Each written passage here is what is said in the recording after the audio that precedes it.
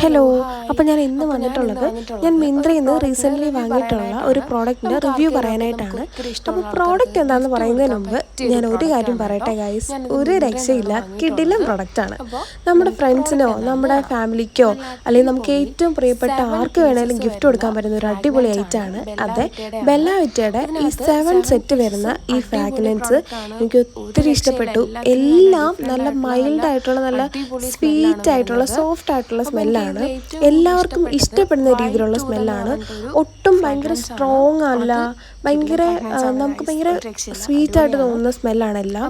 എനിക്ക് ഇപ്പോൾ വാങ്ങിയതിൽ ഏറ്റവും കൂടുതൽ ഇഷ്ടപ്പെട്ടത് വൈറ്റ് ടൂത്ത് എന്ന് പറഞ്ഞിട്ട് ഒരു ഫ്രാഗ്രൻസ്. അതെനിക്ക് ഭയങ്കരമായിട്ട് ഇഷ്ടമായി.